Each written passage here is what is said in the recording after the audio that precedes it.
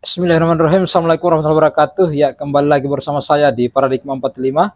Sahabat Paradigma 45 sebangsa setanah air, semoga kita semua senantiasa diberikan kesehatan oleh Allah Subhanahu wa taala, tentu untuk menjaga negara kesatuan Republik Indonesia dari segala macam bentuk penjajahan dan rongrongan dari orang-orang yang kemudian tidak bertanggung jawab. Yang seperti kita ketahui bersama bahwa akhir-akhir ini kita dipersoalkan dan diperhadapkan dengan masalah pemblokan sejarah dan pemalsuan makam terhadap sejarah dan makam dari pahlawan-pahlawan kita, pahlawan Nusantara dan pahlawan nasional dari negara kesatuan Republik Indonesia yang berjuang memerdekakan negara kesatuan Republik Indonesia. Ya baik, pada kesempatan ini saya kembali kemudian tertarik membahas fakta baru terkait dengan video yang kami pernah up pada beberapa hari yang lalu, yaitu mengenai oknum habaib yang kemudian melakukan pencabulan atau mencabuli santriwatinya di Kabupaten Tanah Laut di Kalimantan Selatan. Nah, hari ini kemudian saya ingin menyampaikan fakta-fakta baru dari kelanjutan dari kasus itu dan bagaimana tindakan yang sudah diambil oleh pihak kepolisian setempat, yaitu di Kabupaten Tanah Laut. Nah, fakta-fakta itu kemudian akan saya bacakan dalam video ini dan mari kita simak secara bersama-sama dan kita mengambil pelajaran berharga di dalamnya dan menjaga anak-anak kita jangan sampai kemudian menjadi korban dari oknum Habib bejat dan Habib bangsat bajingan yang seperti terjadi kepada santriwati yang ada di Tanah Laut ini. Nah, baik, akan saya bacakan dan kita simak bahwa skandal pencabulan santri. Fakta baru, Habib yang cabul santri di Tanah Laut Kalimantan Selatan oleh Muhammad Chandra, Selasa 7 November 2023 pada pukul 15.43 waktu Indonesia Barat. Ini tulisan kemudian dirilis di apakabar.com. Pelai hari, ada fakta baru di balik dugaan pencabulan santriwati oleh seorang Habib di Tanah Laut Kalimantan Selatan. Teranyar keluarga korban mulai mengendus modus pelaku. Bermula iming-iming pelaku yang mengajak korban untuk makan dan hangout keluar pondok pesantren, namun sesampainya di luar, makanan yang diberi pelaku malah dibungkus. Sejurus itu korban dan kedua temannya dibawa ke sebuah hotel di Pelai Hari. Sejatinya saat itu korban berangkat berlima dengan rekannya, namun dua lainnya sudah pulang lebih dahulu ke pondok pesantren. Nah, mulai dari situlah timbul niat jahat tersangka. Korban ia suruh masuk ke dalam kamar, sedangkan kedua temannya disuruh beli parfum. Tersangka memaksa korban disetubuhi, ucap Seli, Senin 6 November 2023 kemarin. Keluarga tersangka pernah datang ke rumah korban dengan niat ingin damai, iming-imingnya sejumlah uang yang cukup besar. Jadi sudah ada mediasi, kemudian bahkan mengiming-imingi sejumlah uang besar untuk kemudian bisa berdamai dengan pihak keluarga dari korban. Tetapi itu semua ditolak. Ya, alhamdulillah ditolak karena memang kasus ini kemudian harus sampai ke ranah hukum dan bisa mendapatkan hukuman yang setimpal. Lanjut, harga diri keluarga tidak bisa dibayar dengan uang. Kami ingin tetap diproses secara hukum, tegasnya. Yang tadinya ceria, korban kini lebih sering berdiam diri dan diduga mengalami trauma, lebih sering kagetan. Ya, jadi bahwa korban ini kemudian mengalami trauma berat dan bahkan sering mengalami kagetan yang mungkin efek dari perilaku dari oknum habaib yang melakukan pencabulan terhadap dirinya.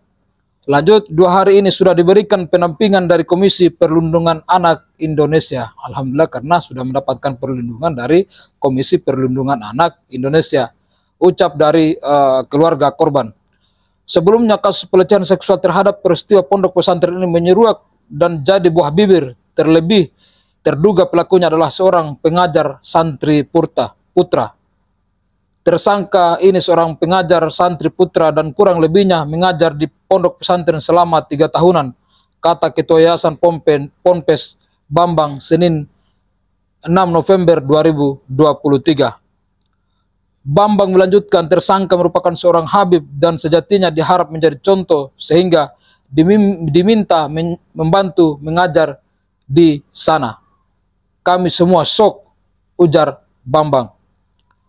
Terungkapnya kasus ini setelah seorang ustazah melapor bahwa tersangka sering membawa santriwati keluar dari pondok pesantren.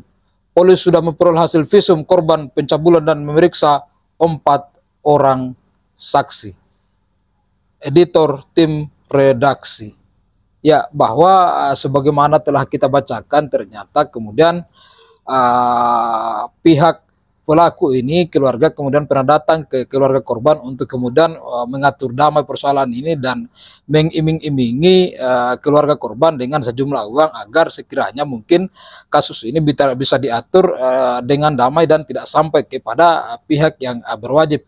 Namun alhamdulillah pihak korban, keluarga kemudian menolak itu dan mengatakan bahwa harga diri keluarga tidak bisa dibeli dengan uang, sehingga kasus ini makanya sampai kepada kemudian pihak yang berwajib. Dan tentu kita berharap bahwa pihak yang berwajib harus mengusut tuntas kasus ini dan menghukum oknum habaib ini dengan hukuman yang setimpal agar mendapat efek jera dan tidak lagi melakukan hal ini, dan menjadi pelajaran buat oknum-oknum yang lain, terutama oknum-oknum habaib cabul ini yang kemudian melakukan hal ini, agar menjadi pelajaran dan menjadi efek jera bahwa ternyata hal-hal seperti ini kemudian itu bisa efek hukum terhadap dirinya dan bisa mendapatkan masa tahanan yang cukup. Karena saya kira kasus ini kemudian harus mendapatkan penanganan yang lebih intensif, lebih keras.